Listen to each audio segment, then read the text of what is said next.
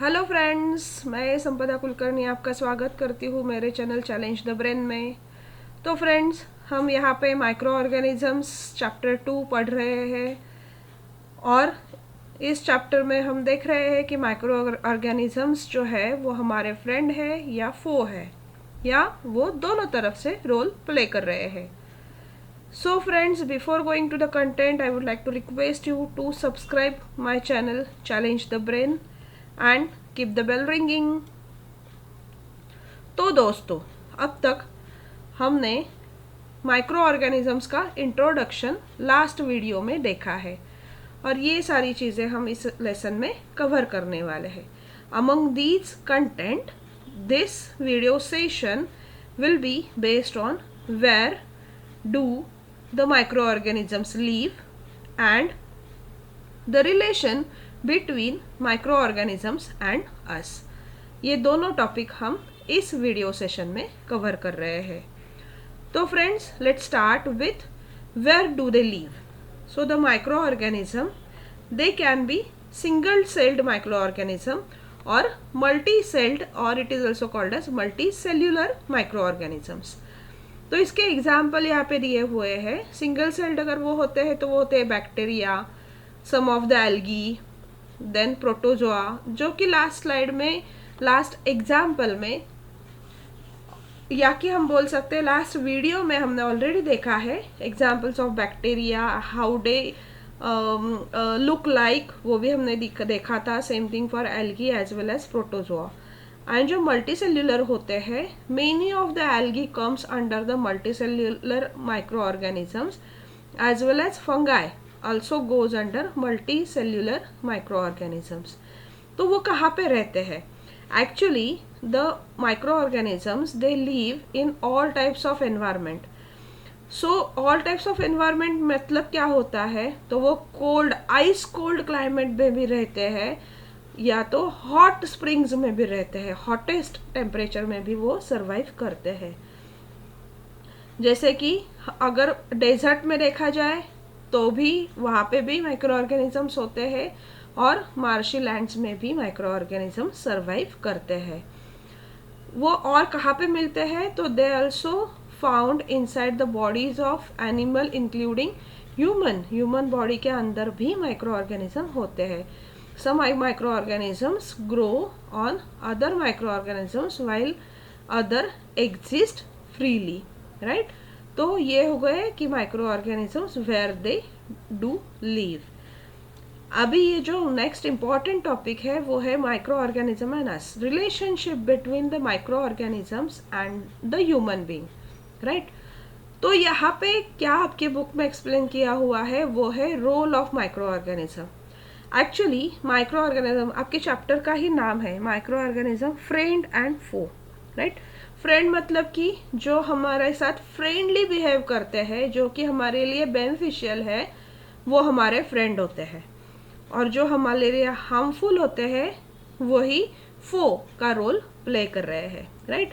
सो ये हो गए इसके टू डिफरेंट रोल्स, बेनिफिशियल और फ्रेंडली माइक्रो ऑर्गेनिजम्स और the harmful micro organisms.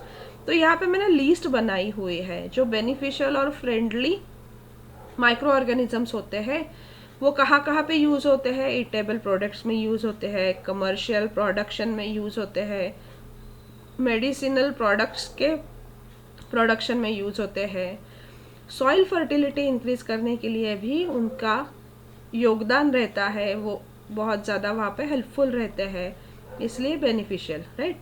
Environment cleaning के लिए और सबसे इम्पॉर्टेंट फूड प्रिजर्वेशन के लिए भी। तो ये सारी जो चीज़ें हैं वो ह्यूमन बीइंग के लिए बहुत ज़्यादा इम्पॉर्टेंट है, राइट। ईटेबल प्रोडक्ट तैयार करते टाइम हम माइक्रो ऑर्गेनिजम्स यूज़ करते हैं, जो कि eatable products are used eat by the human being और बाय अस। कमर्शियल प्रोडक्ट हमारे लिए ही होते हैं, मेडिसिनल प्रोडक्ट्स, मेडिसिन जो माइक्रो ऑर्गेनिजम्स से बनाए जाते हैं वो हमारे लिए ही होते हैं। सॉइल फर्टिलिटी इंक्रीज करके उसका फ़ायदा हमें ही होता है, एनवायरनमेंट क्लीन करके उसका भी फ़ायदा हमारे लिए होता है, जो हम फूड प्रिजर्व करते हैं वो भी हमारे लिए ही है।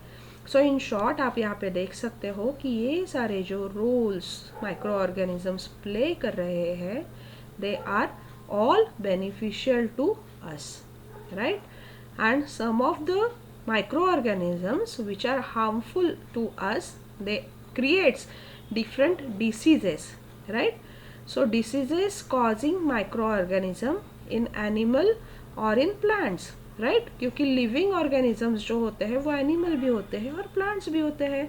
तो एनिमल्स पे माइक्रो ऑर्गेनिजम्स अटैक करते हैं और सम डिसीजेस उससे ह्यूमन बीइंग में, एनिमल में होते हैं।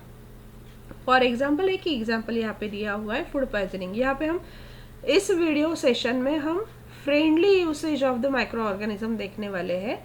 नेक्स्ट वीडियो में हम देखेंगे how they are harmful to the animal as well as to the plants. So now यहाँ पे इन शॉर्ट भी मैंने फिर से एक्सप्लेन करने की कोशिश की है roles of microorganisms. Friendly जो होते हैं वो एटेबल प्रोडक्ट्स के लिए यूज़ होता है, जैसे कि कर्ड, ब्रेड, केक बनाने में यूज़ होते हैं। Commercial product like acetic acid, alcohol, wine बनाने के लिए यूज़ होता है। Medicinal product like antibiotic and vaccine के लिए यूज़ होता है। सॉइल फर्टिलिटी कैसे किया जाता है, तो नाइट्रोजन फिक्सिंग वायरस और माइक्रो ऑर्गेनिज्म एक्चुअली होते हैं, वो नाइट्रोजन फिक्सिंग करते हैं। एनवायरनमेंट क्लीन कैसे होता है, तो मेकिंग मैन्योर मेक करने के लिए जो लगता है उसके साथ साथ एनवायरनमेंट भी क्लीन हो जाता है। फूड प्रिजर्वेशन के डिफरेंट टाइप्स होते हैं, केमिकल प्रोसेस, कोल्ड और heating of the product and all, वो हम यहाँ पे देखने वाले हैं। और जो हार्मफुल होते हैं वो ये हम नेक्स्ट वीडियो सेशन में देखने वाले हैं। So now let's focus on a beneficial और friendly role of microorganism that will be useful, helpful for the human being or for all of us. So let's see the friendly organism. Organism are used for various purposes, right? So friendly organisms are used in, जैसे कि मैंने बोला, eatable product जो होते हैं वो होता है दही, right? कर्ड, उसमें यूज होता है। commercial product like vinegar, medicinal product like antibiotics, soil fertility use होता है, बढ़ता है, उससे इन्वायरमेंट क्लीन रहता है। और फूड प्रिजर्वेशन लाइक अचार वगैरह जो बनाते हैं उसमें फूड प्रिजर्वेशन के लिए भी माइक्रो ऑर्गेनिजम्स का यूज होता है। तो ये हो गया शॉर्ट एक्सप्लेनेशन। इसका हम वन बाय वन ये सभी यूजेस का one by one in detail explanation अभी नेक्स्ट स्लाइड से देखने वाले हैं। उससे पहले ये जो आपकी फ्रेंड है पहेली, वो क्या सोच रही है, देखो। I saw that my mother added a little curd to warm milk to set curd for the next day. I wonder why. तो इसका आंसर हम वेरी शॉर्ट स्पैन में देने वाले हैं। अगर आपको तब तक पता है तो आप कमेंट बॉक्स में इसका आंसर पोस्ट कर सकते हो। So let's see microorganism and us. So सबसे पहले हम देखते हैं edible products. Okay, so let's start with the edible product. यहाँ पे हमने कुछ प्रोडक्ट कवर किए हैं, जैसे कि curd, bread, pastries and the cake. Okay, ये सारे बनाने के लिए हमें कौन मदद करता है, हमें माइक्रो ऑर्गेनिज्म की मदद होती है, जिससे कर्ड दही जमता है, ब्रेड बनाए जाते हैं जो आपको बहुत ज़्यादा पसंद है, पेस्ट्रीज एंड केक, वो बनाने के लिए भी माइक्रो ऑर्गेनिज्म की ज़रूरत होती है। So you must wonder that how these microorganisms are helpful while creating a curd। तो पहेली ने आपको वही बताया कि उसने अपनी माँ को देखा हुआ है कि जो दही जमाने के लिए कुछ वार्म मिल्क में पुराना वाला दही ऐड कर रही है। तो वो क्यों, जैसे कि यहाँ पे एक्सप्लेनेशन दिया हुआ है। Curd contains several microorganisms. Of these, the bacterium Lactobacillus promotes the formation of curd, right? तो बैक्टीरियम एंड लैक्टोबैक्सिलस ये जो होते हैं माइक्रो ऑर्गेनिज्म, ये उनके नाम है, वो फॉर्मेशन ऑफ की कर्ड के प्रोसेस में मदद करते हैं। तो वो क्या करते हैं, it multiples in milk and converts into curd, right? An important ingredient of रवा इडली और भटूरा इज कर्ड। वो क्यों कर्ड डालते हैं वहाँ पे? अगर आपने देखा होगा कि अगर आपकी मम्मा रवा इडली बना रही है, उसको सूजी इडली भी बोलते हैं, और भटूरा बना रही है, छोले भटूरे में का भटूरा बना रही है, तो वो भिगोते टाइम उसमें कर्ड डालती है। तो क्यों? क्योंकि कर्ड जो होता है वो उसके जो बैक्टीरिया होते हैं, उसके उसमें जो माइक्रो ऑर्गेनिजम्स होते हैं, they help them for the what we can say, हल्का करते हैं वो उसके इडली के बैटर को, और भटूराज के जो डो बनाता है ना, वो उसको हल्का कर देते हैं, और जो बहुत ज़्यादा ज़रूरी होता है while making the rava idli as well as bhaturas. Same thing, bacteria and yeast are also helpful for fermentation of rice idli, right? Idli rice की अगर इडली बना रही है मम्मा और डोसा का बैटर बना रही है, तो उसके लिए फर्मेंटेशन बहुत ज़्यादा ज़रूरी होता है। बहुत टाइम आपने ये सुना होगा कि ठंडी के सीज़न में फर्मेंटेशन लेट होता है और कम होता है। वही अगर हम देखा जाए तो गर्मी के सीज़न में जल्दी हो जाता है, क्योंकि क्या, जो ये जो बैक्टीरिया होते हैं they are more active in गर्मी का season and less active in ठंडी का सीज़न। इसलिए ठंडी के सीज़न में, कोल्ड सीज़न में फर्मेंटेशन बहुत की प्रोसेस बहुत स्लो होती है, और वो प्रोसेस कौन करता है? Bacteria and yeast. Basically yeast का जो यूज़ होता है वो at the time of preparation of breads, pastries and cakes. ये देखो यहाँ पे मैंने लिखा हुआ है, yeast reproduces rapidly and produces carbon dioxide during respiration, right? They are microorganisms. ये जो yeast होता है ना, वो microorganism होते हैं, वो रेस्पायर करते हैं। while respiration they produce the carbon dioxide, और कार्बन डाइऑक्साइड की मदद से क्या होते हैं? बबल्स क्रिएट होते हैं।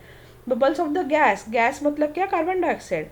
Fill the dough and increase its volume. यहाँ पे आप देख सकते हो मैदा विथ यीस्ट पाउडर, ये अभी जस्ट भिगोया है, और आफ्टर फ्यू टाइम रेज मैदा आपको दिखता है। क्यों? क्योंकि वो जो कार्बन डाइऑक्साइड होता है जो यूज़ होता है वाइल रेस्पिरेशन, उसके वो बबल्स क्रिएट करता है, गैस फील हो जाता है डो में, और उसका वॉल्यूम इंक्रीज हो जाता है।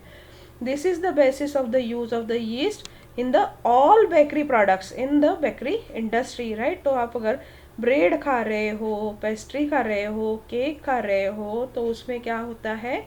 यूज़ ऑफ द यीस्ट होता है। और अगर इडली खा रहे हो और अगर दही खा रहे हो, तो उसमें क्या होता है? उसमें भी माइक्रो ऑर्गेनिजम्स यूज़ किए जाते हैं। कर्ड में ऑलरेडी माइक्रो ऑर्गेनिजम्स होते हैं, और वही है माइक्रो ऑर्गेनिज्म आपकी रवा इडली, राइस इडली बनाने में, भटूरा बनाने में, डोसा बैटर फर्मेंट करने में बहुत ज़्यादा हेल्प करती है। तो ये हो गए आपके ईटेबल प्रोडक्ट्स का explanation. Let's move to the commercial product, how the microorganisms are friendly to us while producing the commercial product. तो सबसे पहले कमर्शियल प्रोडक्ट क्या होता है? तो कमर्शियल प्रोडक्ट होता है एसिटिक एसिड, जिसको हम यूजुअल लैंग्वेज में विनेगर बोलते हैं। और अगर अल्कोहल का प्रोडक्शन है और वाइन का प्रोडक्शन है, तो ये हो गया कमर्शियल प्रोडक्ट, जिसके लिए माइक्रो ऑर्गेनिजम्स यूज़ किए जाते हैं। तो microorganisms are used for the large scale production of commercial products. Yeast is under for commercial production of the alcohol and wine. Alcohol और वाइन बनाने के लिए यीस्ट यूज किया जाता है। For this purpose yeast is grown on natural sugar present in grains like barley, wheat, rice, crushed fruit juice, etc. right?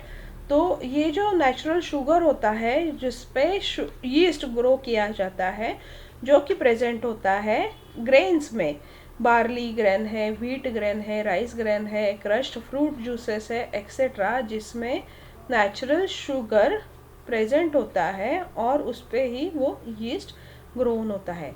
Sugar gets converted into alcohol by yeast. जो sugar होता है ये सारी grains में, वो sugar converts into the alcohol, और ये alcohol का प्रोडक्शन होता है। This process of conversion of sugar into alcohol is known as fermentation.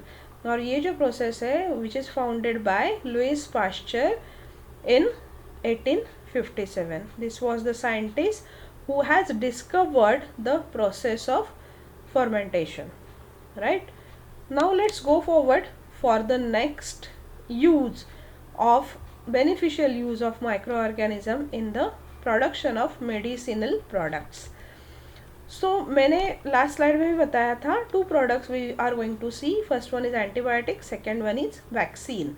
So let's focus on antibiotics first of all. What is antibiotic? So whenever you must have remember that whenever you fall ill, then doctor may give you some antibiotic tablets, capsule or the injection such as penicillin. अगर आपको याद है तो for example है, सभी doctor यही prefer करेंगे ऐसा नहीं है, क्योंकि this is one example, right.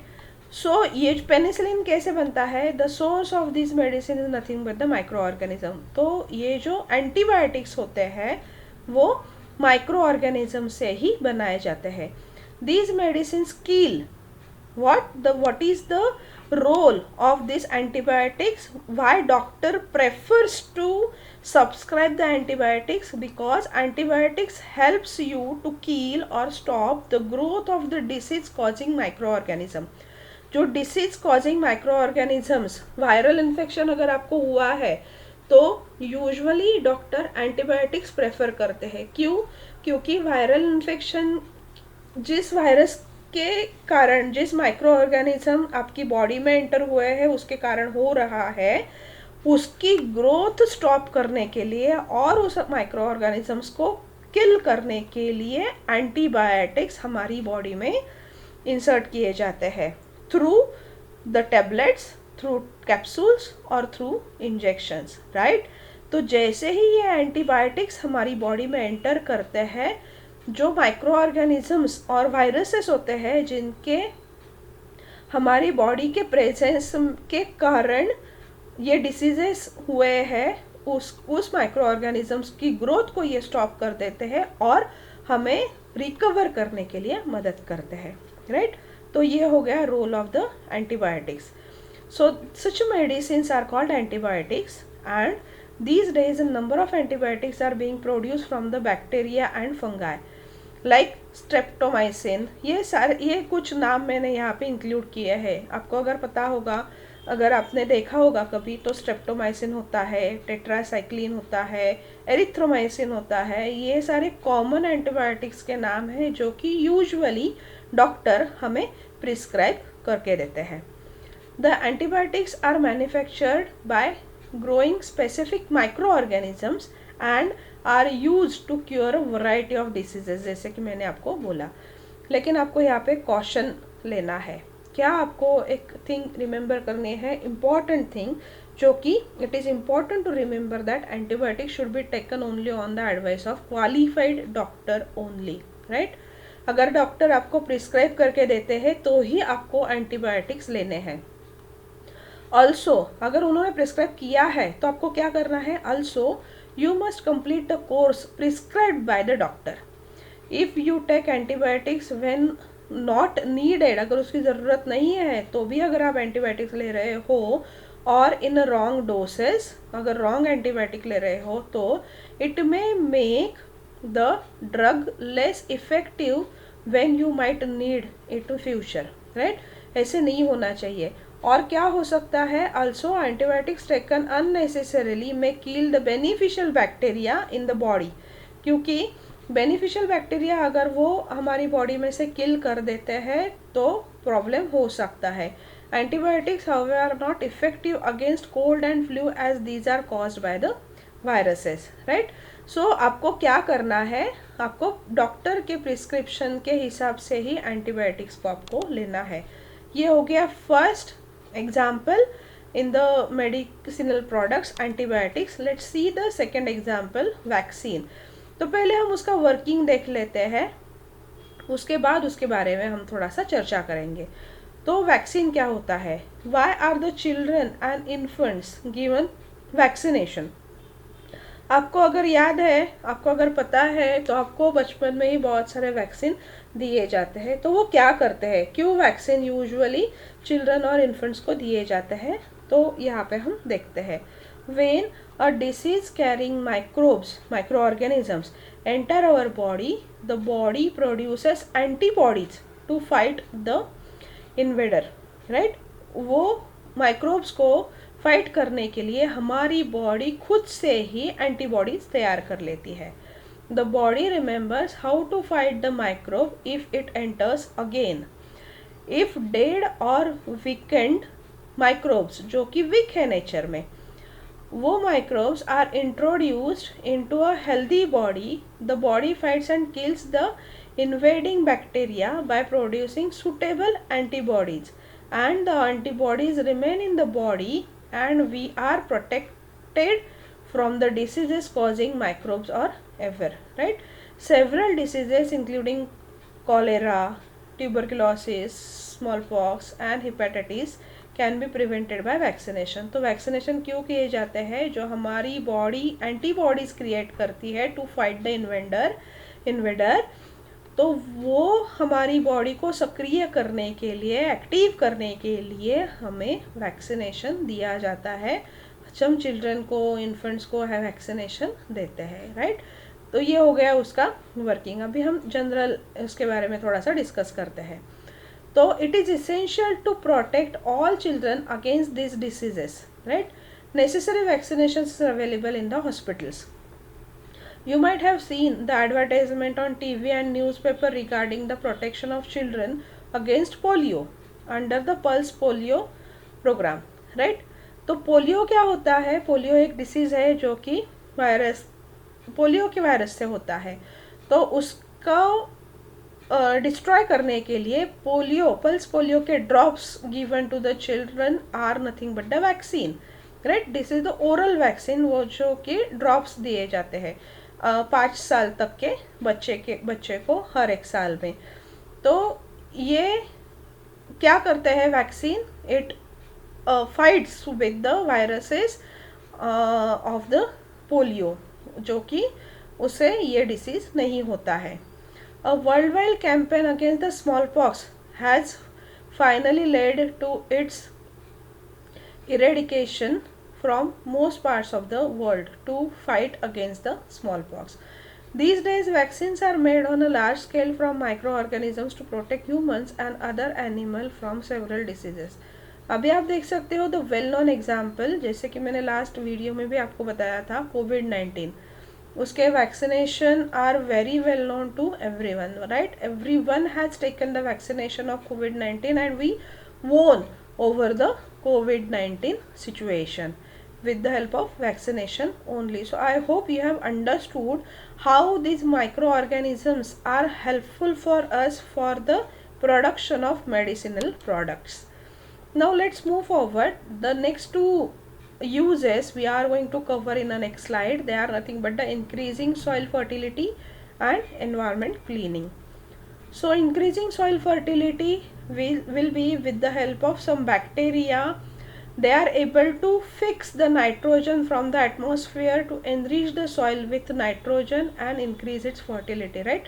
Nitrogen level अगर सॉइल की इंक्रीज होती है तो अल्टीमेटली सॉइल इनरिच होती है और अल्टीमेटली उसकी फर्टिलिटी भी इंक्रीज हो जाती है. These microbes are commonly called as biological nitrogen fixers. ये उसका एग्जाम्पल है. इसके बारे में डिटेल में हम इस लेसन में पढ़ने वाले हैं, जो कि हम आगे देखेंगे. अभी आपको क्या देखना है? अभी हम देखने वाले हैं next cleaning up the environment. So cleaning up the environment में क्या होता है? एक्चुअली जो मैन्योर बनाया जाता है, manure is made by waste of plants, vegetables and fruits. तो ये जो वेस्ट होता है इससे एनवायरनमेंट, जो एक्चुअली अगर मैन्योर बनाने के हम यूज़ नहीं करते हैं तो that will not keep our environment clean.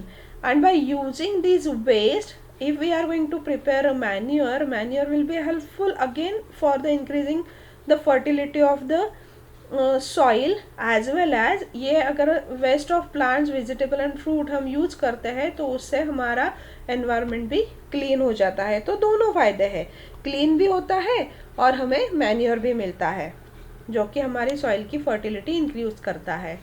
तो उसका क्या प्रोसेस होता है? तो ये जो वेस्ट होता है that we have to put into the pit and after some time it decompose and get converted into a manure. The plant waste has been converted into a manure by the action of microbes. तो microorganisms जो होते हैं वो help करते हैं manure बनाने में, and the nutrients released in the process can be used by the plant again.